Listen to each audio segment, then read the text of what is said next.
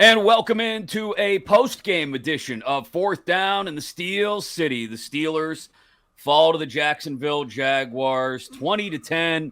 And man, is there a lot to unpack from this one. It feels like we say this every week now, Josh, but yes, we got a lot. Every week. Yeah. This is like Thanksgiving dinner when grandma's got every single burner on the stove going, stuff in the microwave, something down in the broiler. It's all going at once. And that's how much we got cooking right now to talk about with this team. As always, we appreciate you being a part of it, of course, on the 93.7 The Fan YouTube channel and wherever you get your podcasts, inside your Odyssey app, or however you get them. Like I said, iTunes, Google Play, Spotify, Stitcher. We don't care how you get it. Just be sure to follow and subscribe to the podcast so you get the latest episodes as soon as they are ready, much like you got this one. Right? Again, we appreciate it. Feel free to leave comments and feedback, rate and review, all that happy stuff. We appreciate it. Josh, where do we start with this one? I will start here, and then we'll kind of filter our way out from here. I hate. Haters ball hate. Hate. Oh, man. Oh, we can't be firing. Okay. Yep, 90 seconds in, Chappelle's Show reference. Hate complaining about officiating in the NFL. But man, it may have cost them something today. They end up losing by 10, but it was a 6-point swing in the second quarter between the calls made and not made on roughing the passer plays and then a really awful offsides call on a 55-yard field goal attempt by Chris Boswell that was good, but was brought back 5 yards, 5.5, I guess, somehow to 61, to which caused Mike Tomlin to ask the side judge something along the lines of, "What the is wrong with y'all today?" And I need that on a shirt. That's the question. I need it on a shirt. I'm wearing that like a lot of days when I go to work. I hate complaining about officiating, but it cost them something here today. I don't know if it totally cost them the game because they forced 3 turnovers before Jacksonville got one out of them and got one out of their backup quarterback, much less any others. But that's tough to withstand. And Diontae Johnson mentioned it post-game. He's going to see some envelopes from the league office later this week. He's getting multiple. Yeah.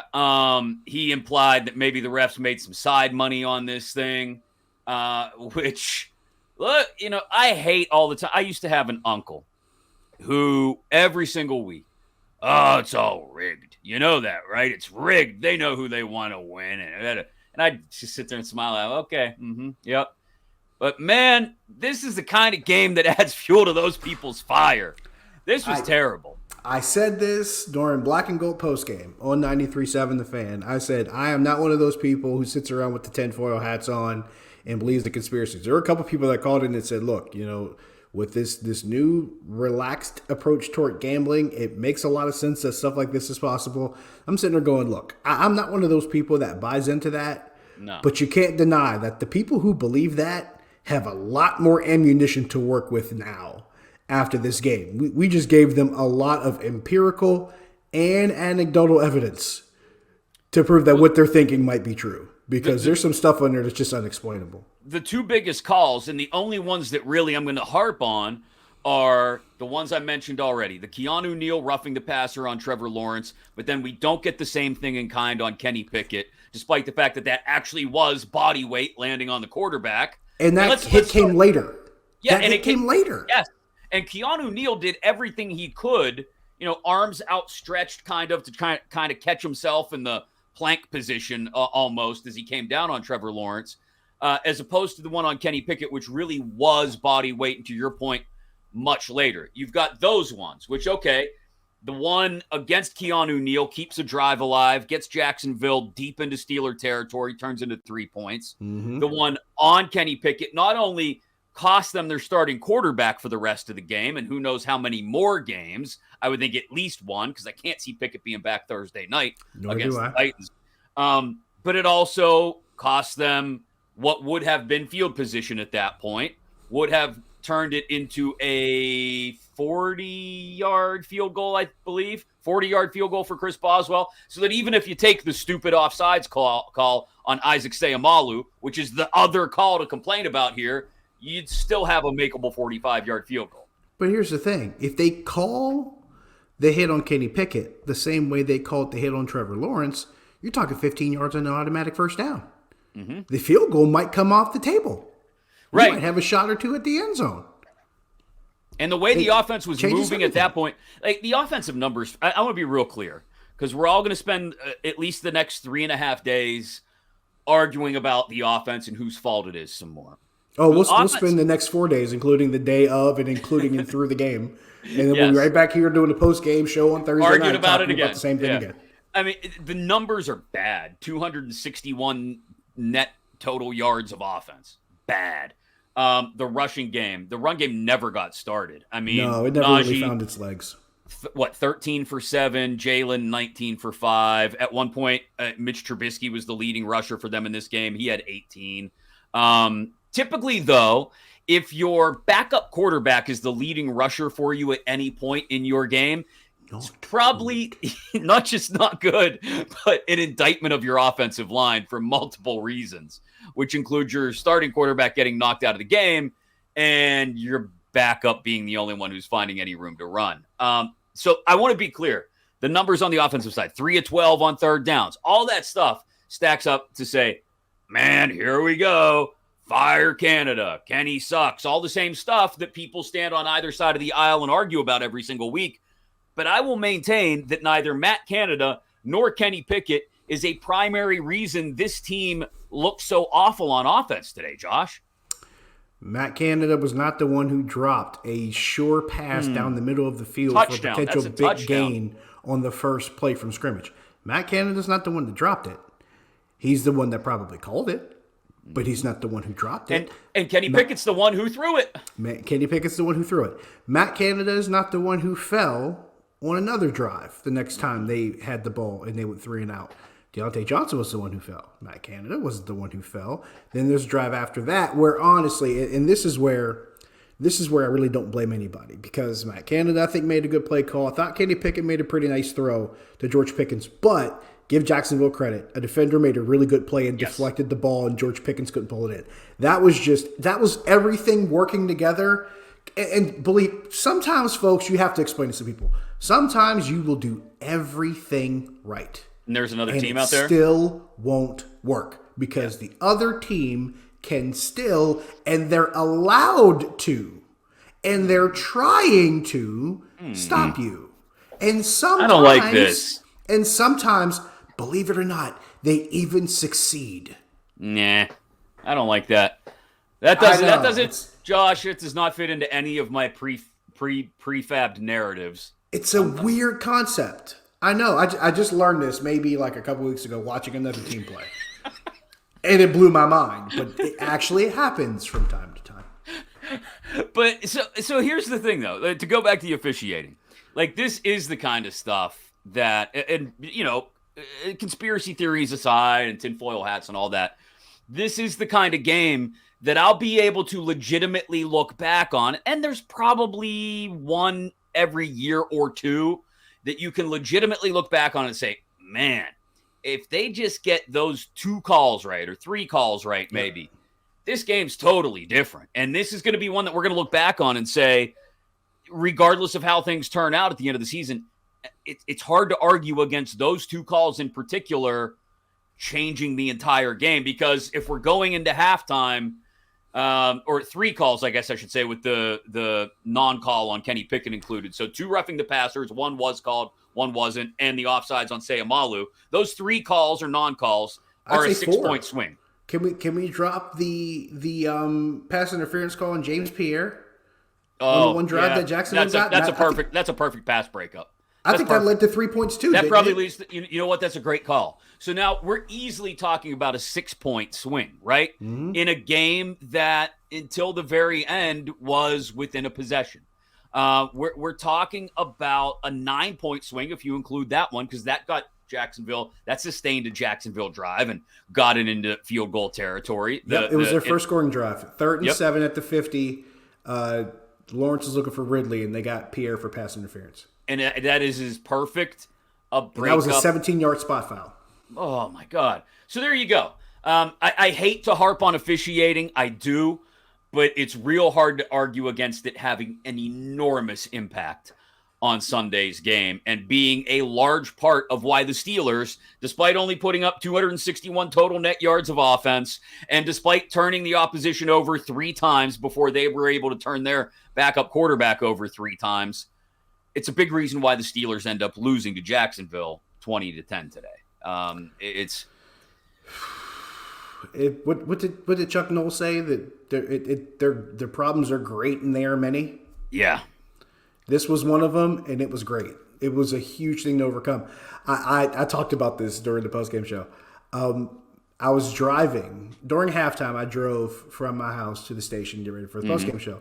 So I'm listening to the Steelers broadcast, and you're starting the second half. And Max Starks, my doppelganger, Max Starks, is down on the field for the radio broadcast. And he's talking about the second half. He says, look, the Steelers are going to have to not only – and he's trying to be very respectful and nice about this while criticizing the referees.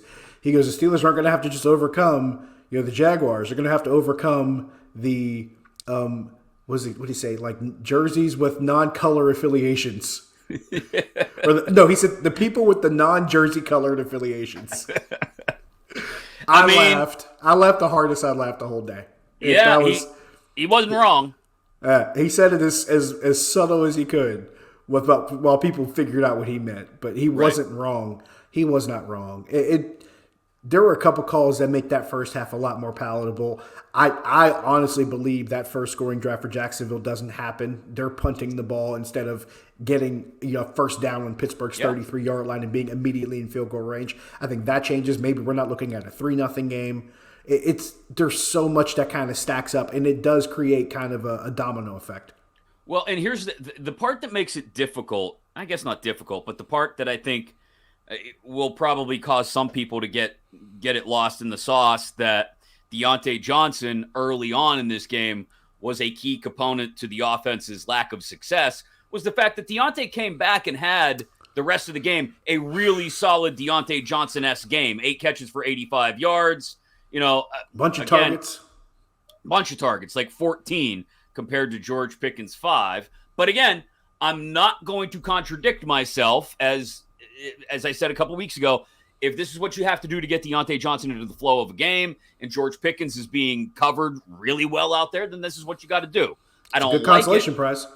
Exactly. Until he starts dropping footballs and slipping in the end zone. And then you're reminded of why Diontae Johnson, in my opinion anyway, is a very good wide receiver too. He's not quite an upper echelon wide receiver 1. He's just not a guy you can throw the game plan on his shoulders and say, we're going to target him 14 times. He's going to come down with 11 or 12 of them. He's going to score a couple of touchdowns. And if he just holds on to a couple footballs today, Josh, that's what happens. He's got like 120, 130-yard day with a couple of scores and 11 or 12 catches. Instead, Diontae has a very Diontae Johnson, like I said, like line, 8 catches, 85 yards, but no TDs. I cannot. I was trying to imagine in my head what would have happened if he hangs on to just that first pass attempt. Totally he hangs different. On that first pass attempt.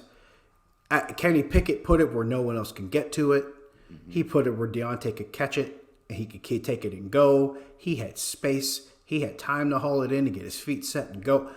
All he had to do, if he catches that one pass, we're probably talking about an entirely different sequence of events after that pass is caught. I know Greg Finley, our producer, is a fan of the MCU as much as I am. Catching that ball on first down would have been its own Nexus event.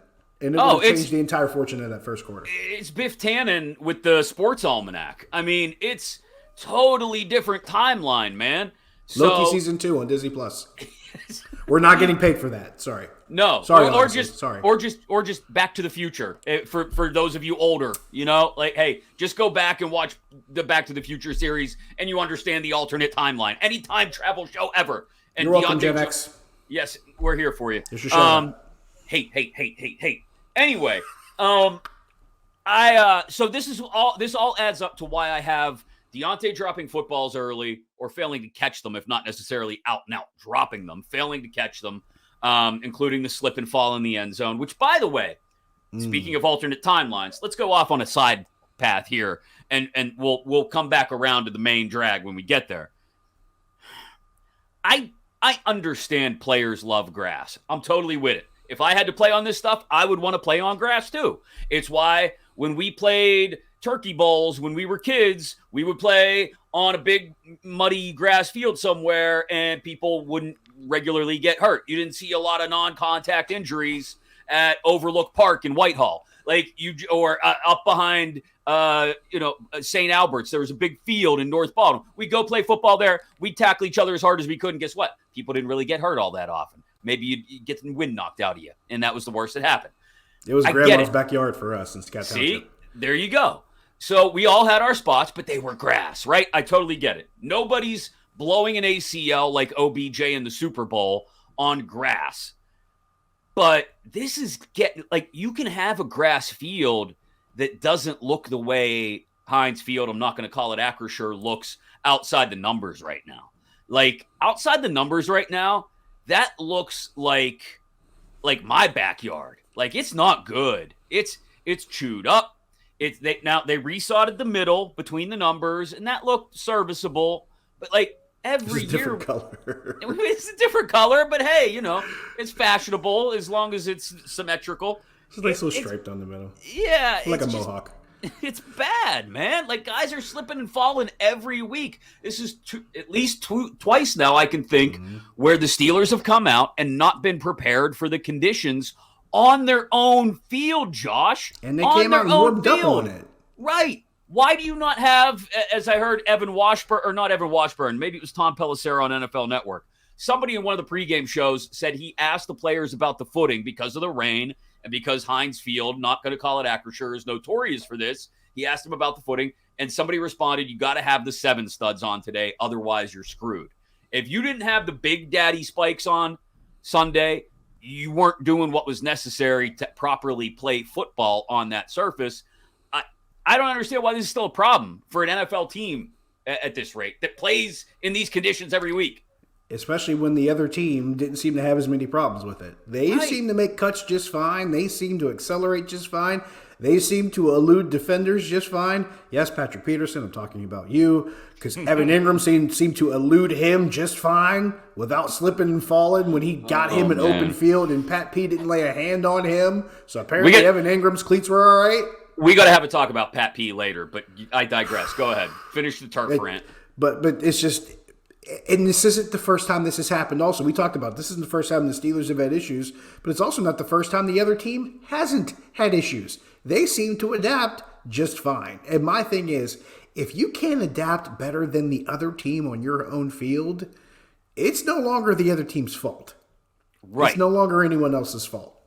It's your fault. And you can blame it on the rain and the grass all you want. This organization has called... Is that another Gen X reference? It wasn't, but I'll accept it. We'll accept it, yeah. Judges? They'll allow it. We'll accept. They'll allow. Okay. But it's... You can blame it on the rain. Yeah, all you want. You can blame it on the stars that shine above. He didn't even lip sync that. If you know, you know. You know.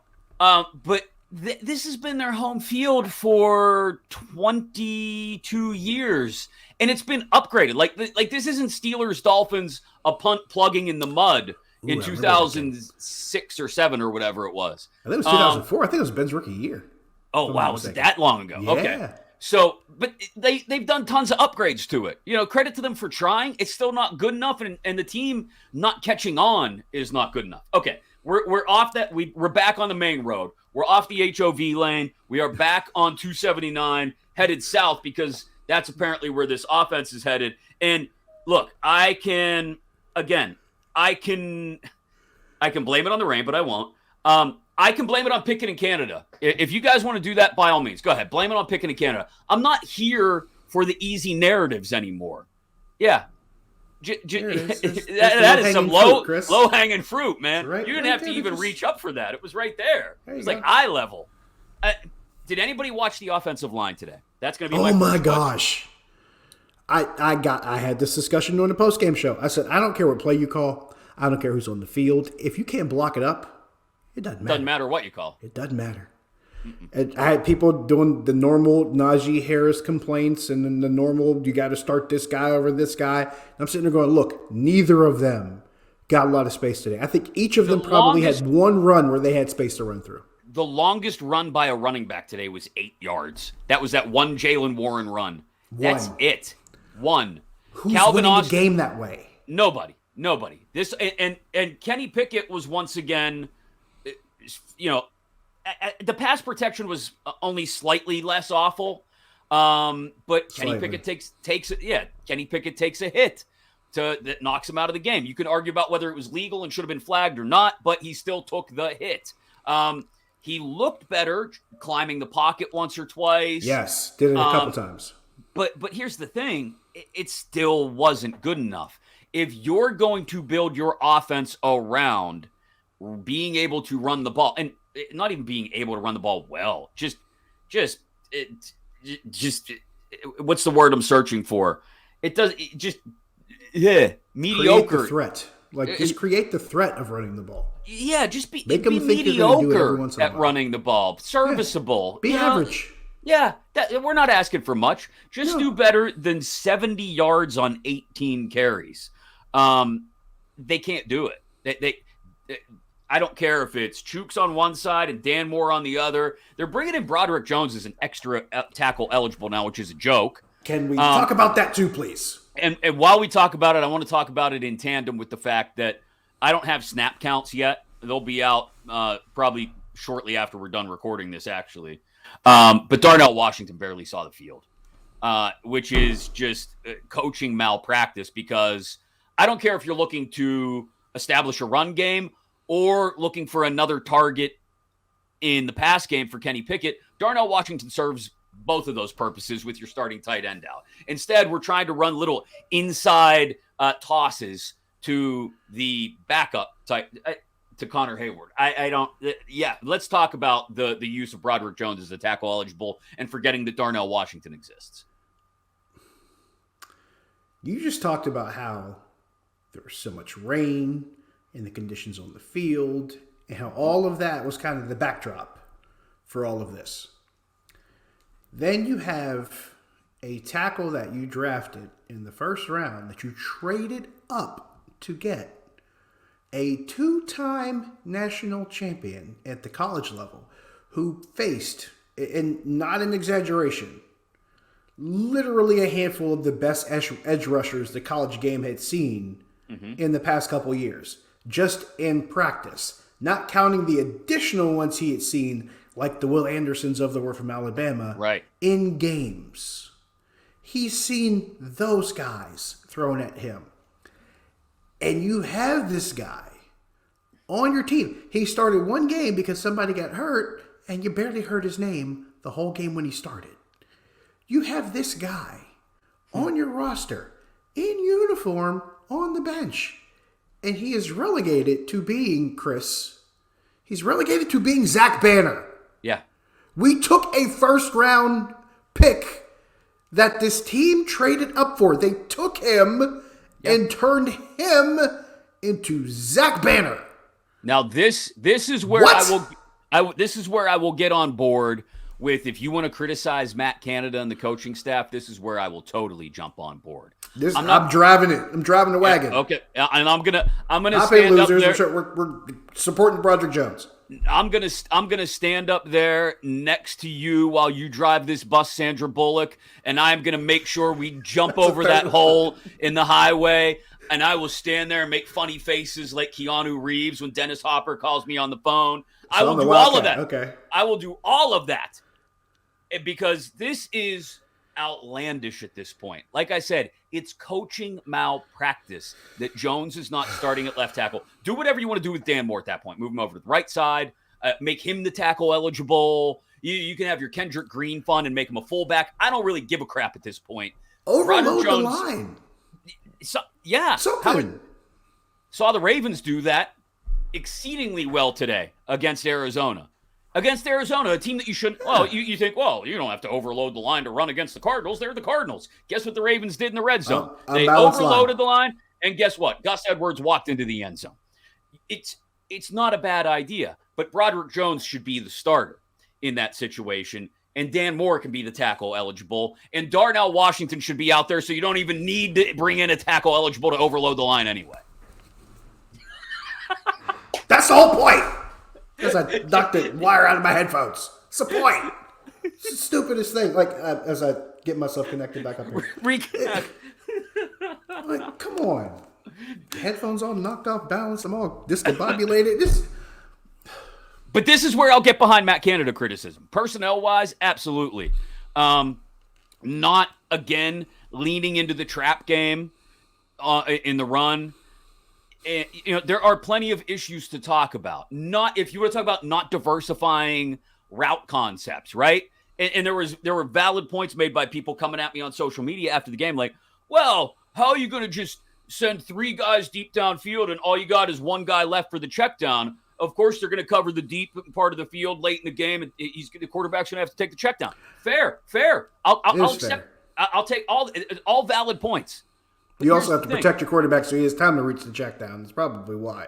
Because you couldn't trust your line to protect him. So I'll take all these criticisms. These criticisms of Matt Canada are fair. These criticisms of the coaching staff and whoever's making those personnel decisions, fair.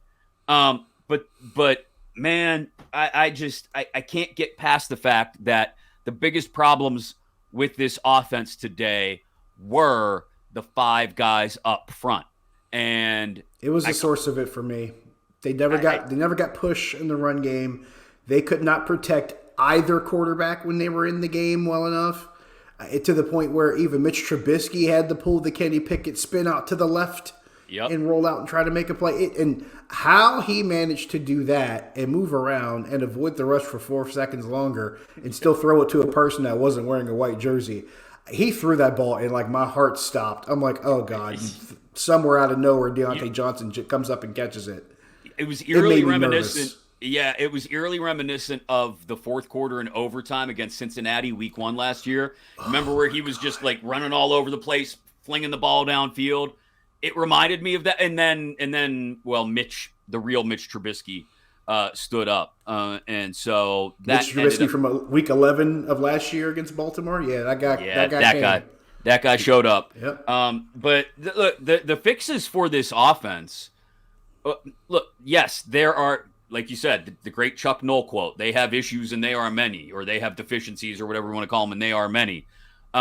You can include Matt Canada's personnel decisions and some concepts and schemes, sure.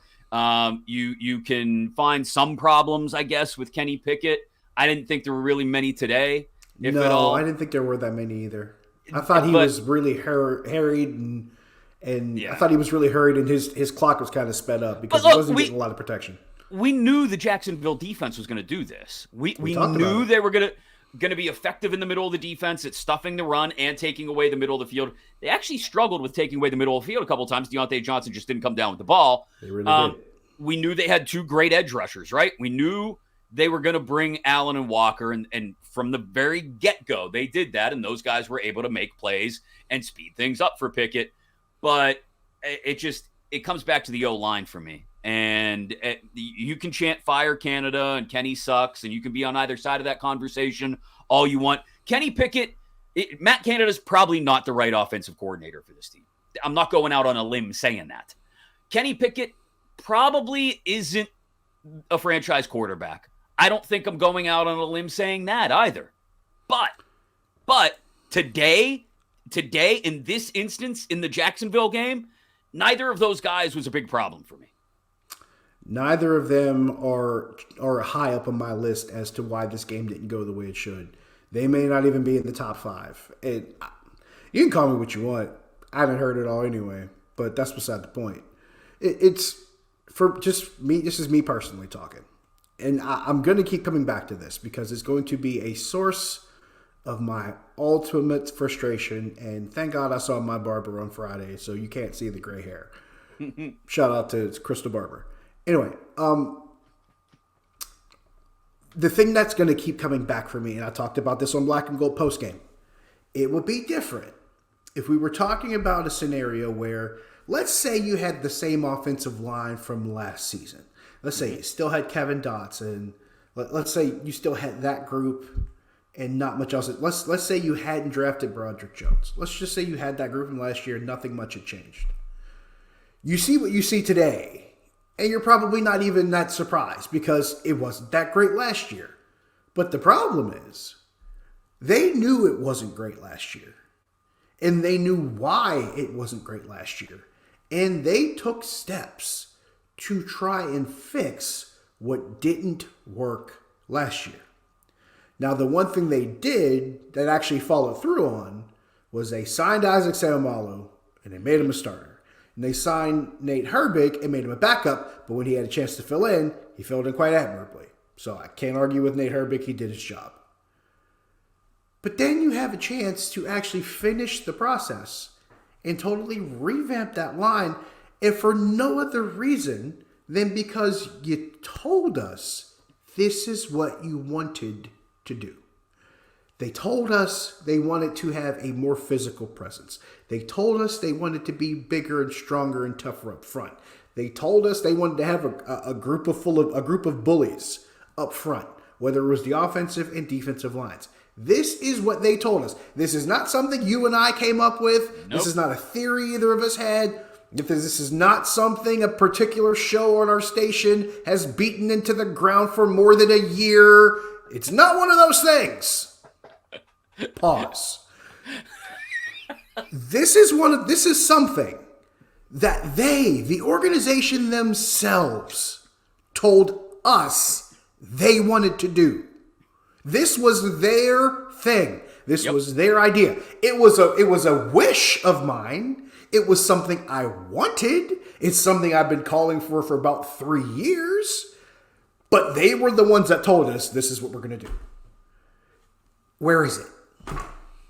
I haven't seen it. Seumalo you have it because we're talking about it.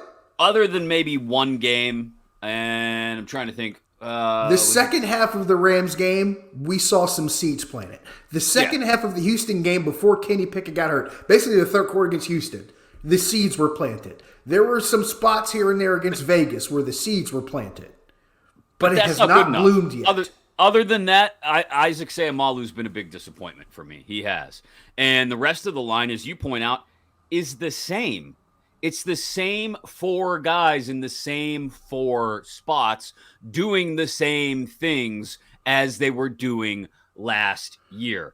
Other than when in some of those instances, as you point out, they started, and we've talked about trap game and gap blocking versus zone blocking where they try to stretch it to the sideline.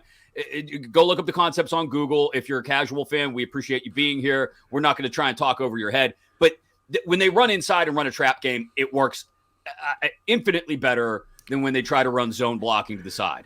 Oh, yeah. By the way, the Jaguars were doing that. They were doing it and doing it quite efficiently. And I also might add, they were running away from T.J. Watt's side of the field. They were capitalizing. I noticed this after you pointed it out.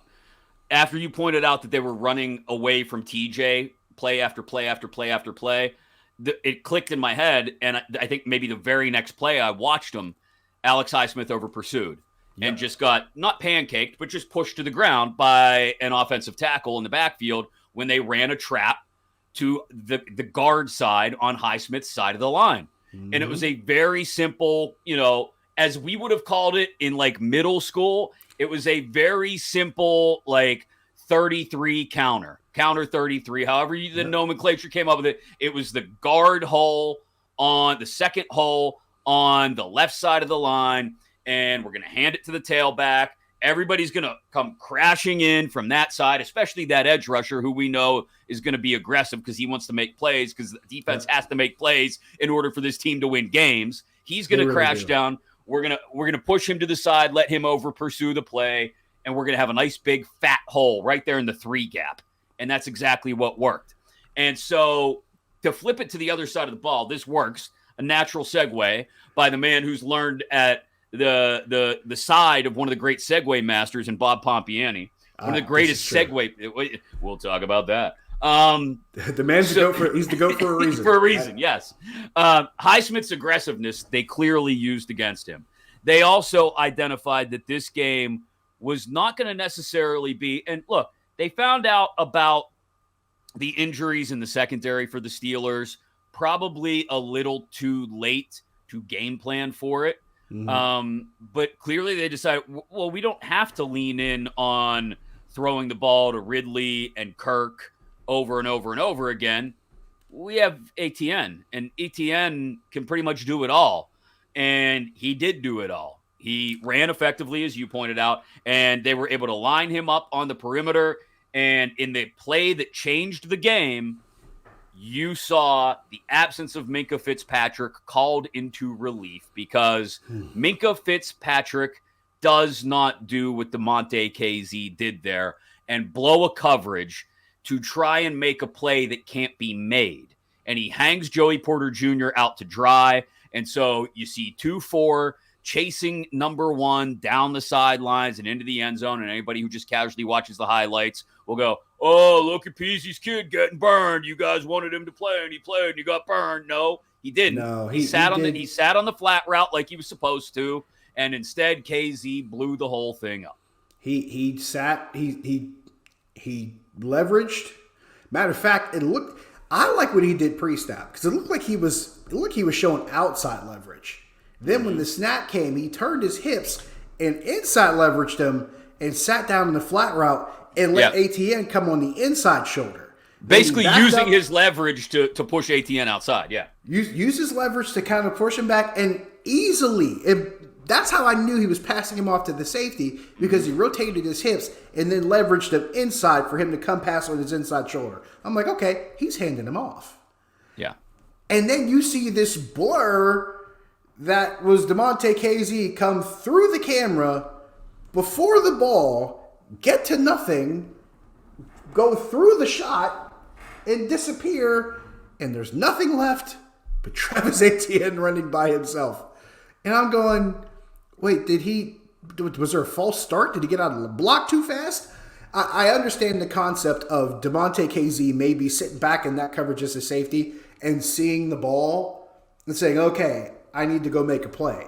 But the problem is, he was too early. And I've heard a couple different people say this. It might have been even Ike Taylor that said it. He said, if you're going to miss late. Because if you miss late, you can still make the tackle. Yeah. If you miss early, you're ahead of everything, and they're behind you, and they're gone. Yeah. I want to say it was Ike Taylor that said that before. But I might be misquoting.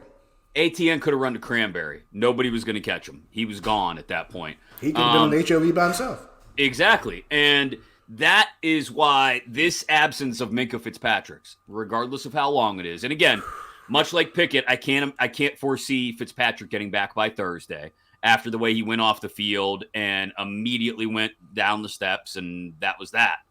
Immediately ruled out. He knew it was a hamstring. Pat Pete walked over to him, and you can't read lips through face masks from that camera angle, but I'm pretty sure he said something like, is it the hammy? And Minkah just nodded his head, and Pat Pete threw his arms up like, oh, no. And he knew. He knew. He knew what we all knew. Nobody's Minkah.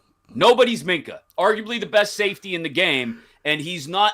If you're Diontae KZ, look, man, I love the idea of you trying to make a play. That's great. But we are locked in a tight battle where somehow we're still in this thing despite losing our starting safety, losing our starting quarterback, not being able to convert better of 25% third downs. We're a disaster right now. I don't need you to make the plays. Let 90 make the plays, okay? Let 56 make the plays. Please, just sit back and make the tackles. And when you're on one half of the field in a cover two, don't let anybody get behind you. And this is going to be a problem. Basic role. I'm not breaking any news here. KZ and Neal are not Minkah Fitzpatrick. They're not. So I don't know how you fix that. I don't think they'll try to do anything. Thursday night, we're going to see the same team out there that we saw today, other than injuries, because that's every NFL team's MO, but also Mike Tomlin's. He's going to just roll the same team right back out there 3 days later. I got an idea. I don't know if you can fix it, but I got an idea of what you can do in spite of it. Okay. What if you tried George Pickens' hope defense idea?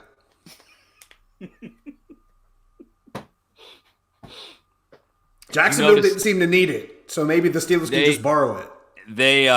They took note of that, didn't they? They sure did. They had plenty to say about it post game. Oh yes, they did. Yes, they did. I didn't even get into the Hope defense comment. I really didn't have time because there were so many phone calls coming in. Yeah. Oh boy. So this is a lesson they don't need to keep learning. This team keeps learning this lesson because apparently Pat P should have learned this lesson, and he did the same thing before the San Francisco game. They keep having to learn this lesson, and no one's picking up on it. How? This is a side road I want to take. Another side road I want to take. Because I want to come back to Pat Pete and his role in this defense going forward, because I have an idea. I don't think it'll be any better than what we saw in the second half today, but I have an idea anyway, and I'll throw it out there, and you can tell me how it still doesn't make any sense, and we can cry in our beers about it. Why? So, not why, because that's not the issue. Not why. I guess I heard it said by Ben Roethlisberger on Tuesday, and look, we all know sometimes Ben just says stuff just to say stuff. We all know that. He's been doing that for 20 years. And I'm totally comfortable with when he says something just to say something, recognizing it for what it is as such. Right. He said something, though, on Tuesday in his podcast about trying to corral this stuff with George Pickens. And he was talking specifically about the personal foul he took last week and just trying to get him to cool it with that stuff. And that's on the field on game day. But look, if anybody knows what it's like to watch a guy go from one lane, hardworking, out to get a dub at any and all cost wide receiver to, pardon my French, batshit crazy, Ben Roethlisberger was there with a first row seat for Antonio Brown for 8 years. And he says a lot of stuff just to say it, Josh, Ben does. But this might be something where I actually take a step back and go, oh, man, I hate to do this, but I might have to give Ben credit here. He's making a pretty damn good point. He saw this up close. Like, you know what this is? Some people aren't going to like this reference.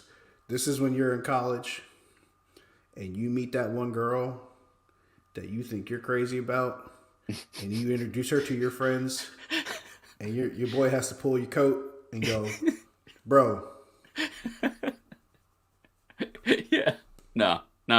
She out there. She crazy. But they very nonchalant and they're just like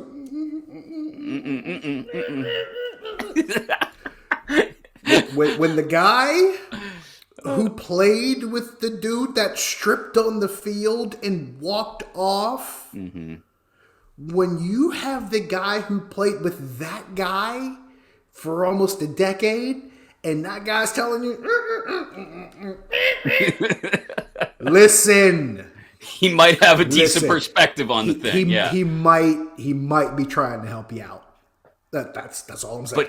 But I mean, experience is the best teacher. Yes, you make the point though. Like the on-field stuff. Like, look, catching a dude with a blindside block that, in our opinion, wasn't really a blindside block and shouldn't have been penalized. Yeah. That's football. Jawing about it 25 game minutes later or whatever it was, is starting to lose the point of why we're here doing what we're doing. And then the following week, not taking a step back and gaining some awareness from the whole situation, but instead now talking off the field about the opposition defense, which, like we talked about, is actually pretty damn good, turning people over more than any other team in the league. And you're facing them for the first time. Yes. You might want to stop before you flap the gums. And this is something. I know Mike Tomlin likes to let guys find their own way, and he doesn't want to. It might be time to, and it doesn't have to be some crazy come to Jesus talk. He doesn't have to call him to the principal's office. All he's got to do is throw an arm around him at practice one day, be like, GP, listen, I get it. I know what you were trying to say, and I know it's just, you're confident, man. I get it. You're confident. You should be confident. You're one of the best young wide receivers in the game. But listen, I don't need you stirring up the opposition defense. I don't need you throwing red meat in that cage full of dogs, and they're hungry, man. I don't need you doing that. So stop doing it. I got two separate Mike Tomlin incidents that have already occurred that he could have done. One is the easy one. One is, remember way back when Marquise Pouncey drew a penalty during the 2-minute warning? Yes. Or doing the 2-minute Why drill? has that been showing up on social media so much lately? I don't know why, but it's a great, I know exactly what you're talking about. But it needs to be seen more often. He's like, Yeah. look, we're out here in the 2-minute, you out here drawing penalties. It's about the team. Yep. That would be a good time to have that conversation. Then there's another one that's a little bit subtle, maybe a little bit more public, but probably just as effective. Remember when Mike Tomlin had that tweet for D'Angelo Williams, quit while you're behind? Yes. Now's a good time for that. Quit while you're behind. Yeah. You know what D'Angelo Williams did after that? He shut up. Uh-huh. He stopped. Yeah. That might be the thing. That might be it. It's got to be addressed, I think, because it's not the reason they lost. It's not the reason they lost. No. But I don't need you throwing red meat in the cage full of the pit bulls that have been sniffing gunpowder all night. Like, I don't need you doing it. I just don't. And that was a good defense that came in here, and you just riled them all up. And they weren't. And to be quite honest, while they were limiting your offense to a good extent in the first half, you guys still you had them where you could come back and win the game until your quarterback got hurt.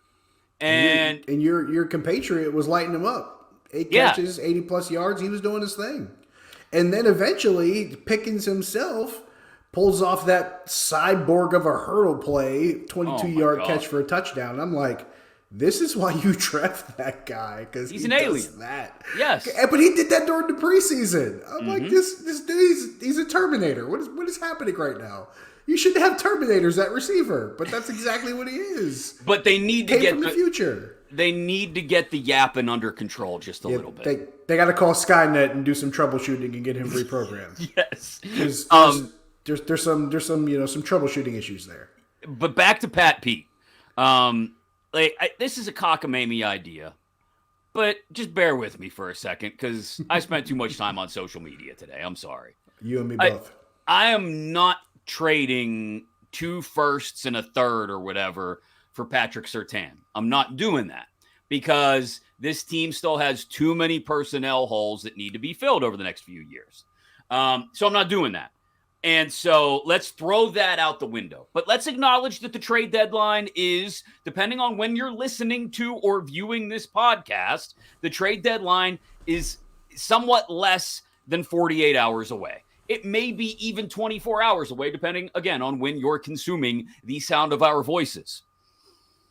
It would behoove the Steelers. I understand they just went out and picked the corner up off waivers, but you're still trying to figure out what you may be able to get out of him. Did we see much of Darius Rush in this game? Because I don't remember. I don't really remember seeing any either. It was the James Pierre show and then Shandon Sullivan later. I thought James Pierre acquitted himself well, by the way. Very early on, he did. I think for the most part, especially given some of the issues I had with him in coverage last year. Yes, good point. He was very not Levi Wallace. I guess that's what you can describe it. But there's got to be another. For the record, before you go any further, what was the first text you got from me today in that group chat? You didn't even say Levi Wallace's name. I think you just said he's not being someone else. In reference to like the very James first Pierre. thing I sent you earlier today, like as of like all the way back, like the first thing you got from me when you I'm scrolling all today. I'm scrolling. It was a couple hours before game time. There's a lot of text on our chain, if you can't tell. I'm scrolling. Now it's refreshing. I'm only back to 1:20 p.m. That's how many texts are on our chain. It was around 11 a.m. I'll okay, hold on. Where'd it go? Oh, I went too far. Now I'm back on tonight. Here we go. Oh, it was the very first. Yeah, Levi Wallace inactive. Big eyes. That's it right there. Levi Wallace inactive. Big eyes.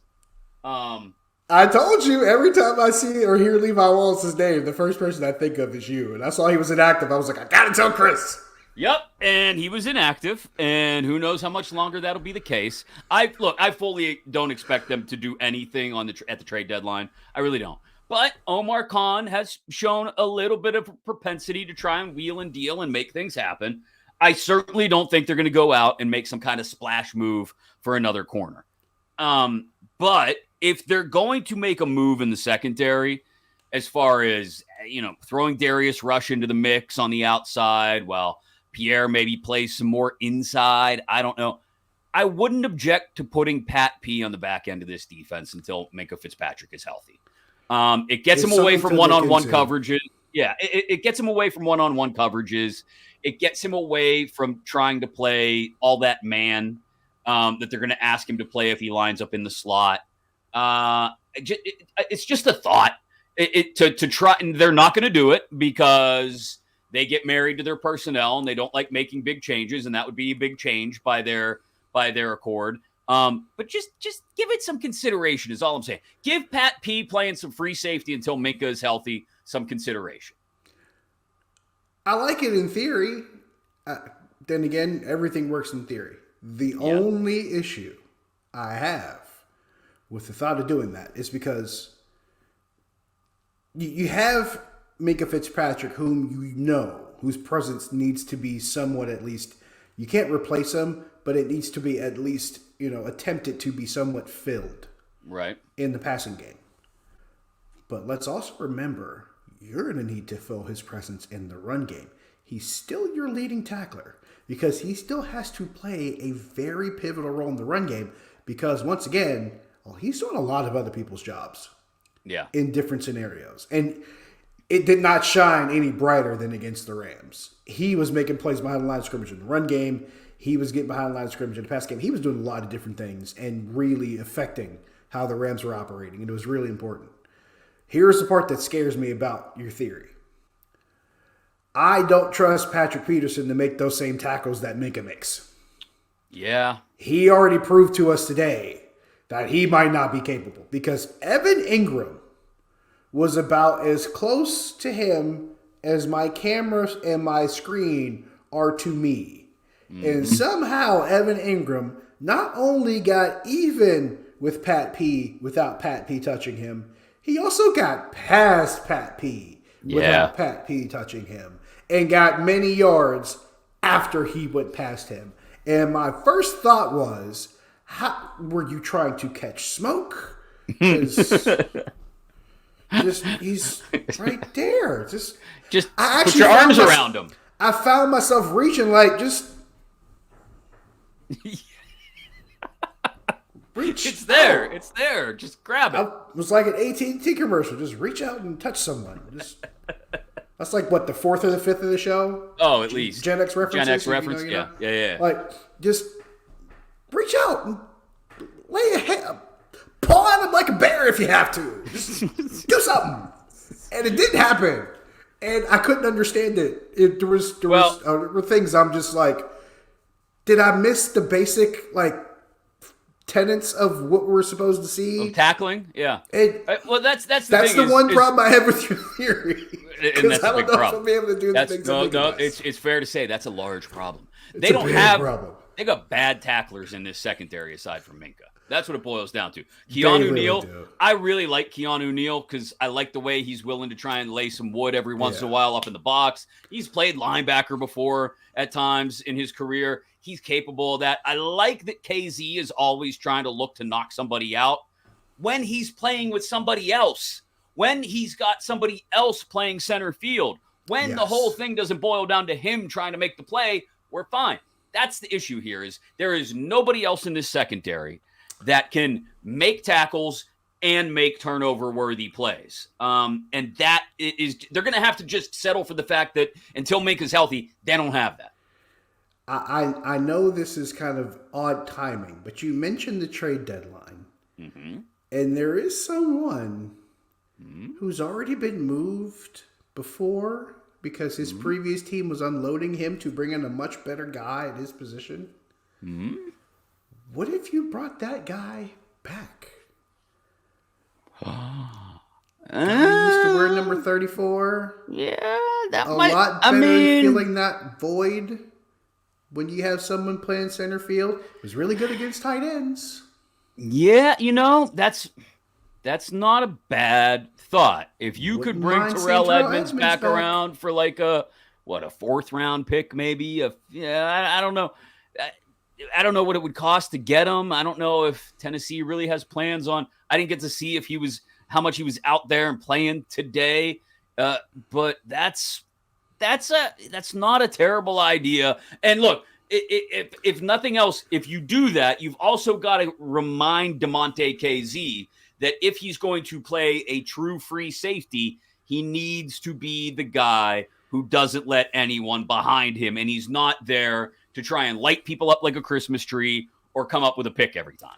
I wish the trade deadline was after Thursday, because if you're Mike Tomlin or somebody like on that side of the ball, it would have been a really nice like Sean Miller, TJ McConnell kind of conversation after the game. Yes. Duquesne fans know what I mean. Yes. It would have been a nice little opportunity for that. No. But we unfortunately won't get there. Yeah. It would have been a nice thought, is all I'm saying. Given the situation, the way things are right now. I can tell you haven't had that in your back pocket for years.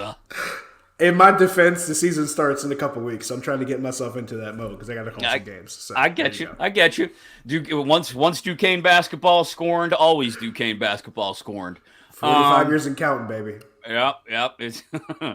But I mean, it's Edmonds isn't a bad idea. I guess the biggest point to take away here is this defense is going to be in a bad spot in the secondary without Minkah. And what worries me is, as long as Minkah's not around, yeah. It wasn't. Yeah, you got a glimpse of it today, right? You got a glimpse, and it's not the trailer. That was the trailer. And get ready for the full-length feature film on Thursday night, because Will Levis, he did not look like mayonnaise in the coffee boy. No, he didn't. On Sunday. If I'm going to quote Paul Heyman, that's not a prediction; it's a spoiler. Yes. So, and by the way, the guy who threw 3 of those touchdowns to is a guy who's tortured you in years past, particularly on Christmas Day. Hi. Hello, Mr. Hopkins. Yeah. And I don't mean Anthony. Yeah. Although he's a killer too. At one point he was in his career. Yeah. Hey, Halloween's coming, so Yeah. Easy points. Cheap heat. Man. But very cheap heat. You got to keep that in your back pocket, because it's like, wait, that guy did that and he threw to him? Yeah. That could be bad news. Bad news on Thursday. Because here's the thing, and this is the one final note I'll make, and then we'll get ready to wrap it up. Actually, one more. Real quick, before I get to the final note, you mentioned D-Hop and Tennessee and that whole thing. It is a direct kick to the testes of every football fan in Houston, Texas, over the age of 30. That the Titans and the Adams family and Amy Adams Strunk, and I swear this is not my dad's side of the family talking, have taken the Love You Blue and the Oil Derricks and all that and taken it up to Nashville and tried to make it like it has some kind of history there. Yeah, the wrong team's wearing that. That's not fair. That stuff should be reserved for the Astrodome and the Astrodome only. And that's House of Pain level. That is football blasphemy. Anyway, one final point. That's House of Pain and run and shoot, man. Come on. Yeah. One final point is with Minkah out and Kenny out, you're going to see the team you're going to see Thursday night against the Titans is the exact same team you saw in the second half today.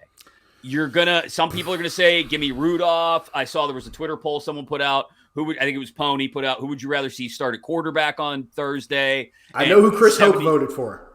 Mason Rudolph. Yep. Chris Hope voted for Mason Rudolph. And I wouldn't necessarily have a problem with Rudolph either. I don't think it matters, to be quite honest. I don't think there's that big a difference. I think you actually saw the one benefit Trubisky has over Rudolph today, and that he had a couple of carries, designed carries that picked up a first down in one instance. Here nor there, what you saw in the second half today is what you're going to see Thursday night against the Titans. And that's bad news, Bears. That is bad, because Tennessee may have figured some things out with Will Levis at quarterback. And if that is what you get from Tennessee on Thursday, then they may actually make Mike Vrabel look like a top 5 head coach in the NFL. He might be by the end of the night, because who knows what they might do. If they were able to do that, what they did today. Yeah. I'll Thursday leave it at night. And here's it. You can afford a loss, one loss in these 3 home games to Jacksonville, Tennessee, and Green Bay. You And you can't already burned afford it. to. You burned it, exactly. You can't afford to. You can't afford to lose Thursday night on a short week to Tennessee. This one and the New England game and the Arizona game, and I'll add the Indy game in as well, have to be the closest thing to stone cold lead pipe lock wins as you have down the stretch if you want to be a playoff team. You can't lose any of them. You got no more room for error on this little 3-game homestand, or else you're going to be in a bad way going into Cleveland and Cincinnati at the end of the month. But what have we seen from this team? They don't seem to figure it out when it's supposed to be easy, and you can't keep them down when it's supposed to be hard. So yeah, you're exactly right. Here we go. All right, we'll be back tomorrow, depending on when you're listening to this. Post Mike Tomlin press conference, which is noon on Monday, not Tuesday this week because of the short week. We'll get you a Tomlin review. Tuesday or Monday afternoon. It's just baked into my DNA at this point. The Tomlins are Tuesday. But it'll be Monday afternoon. And then we'll continue to build up through the week to get you ready for Thursday night against Tennessee. Thanks to Greg Finley for producing. Thank to all of you for subscribing and listening and downloading and conversing with us, feeding back ratings and reviews. We appreciate. Thanks to Josh Taylor for being with me. I'm Chris Mack, and you have been locked in and will be again the rest of this week. Let's get braced for a Thursday night. Don't forget, special live post-game YouTube edition of 4th Down in the Steel City Thursday night right here on the 93.7 The Fan YouTube page and inside your Odyssey app. This has been 4th Down in the Steel City.